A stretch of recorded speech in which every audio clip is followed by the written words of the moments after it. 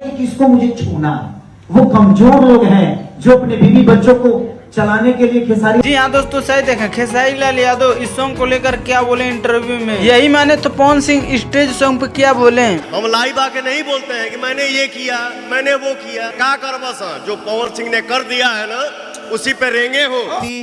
भाईल बवाल हो बंगाल अगरा, कैले बा कमाल हमार लाल घघरा।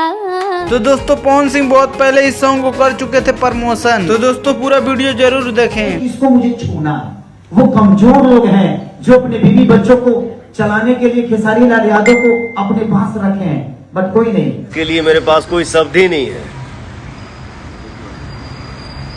आज मैं देख रहा हूँ कि कोनो सीजन आवेला, कोनो उत्सव आवेला, तू कारनामा होता है। बाणे को न्यूज बनावता रहे, थोड़ा स्टॉप करना। मैं नहीं बोलता हूँ, अच्छा दिन सलग गई नहीं तो फिर सोच लिया अपन हाल। ये है वो है, दिस है दैट है, बहुत मार मारो। पवन सिंह ना मार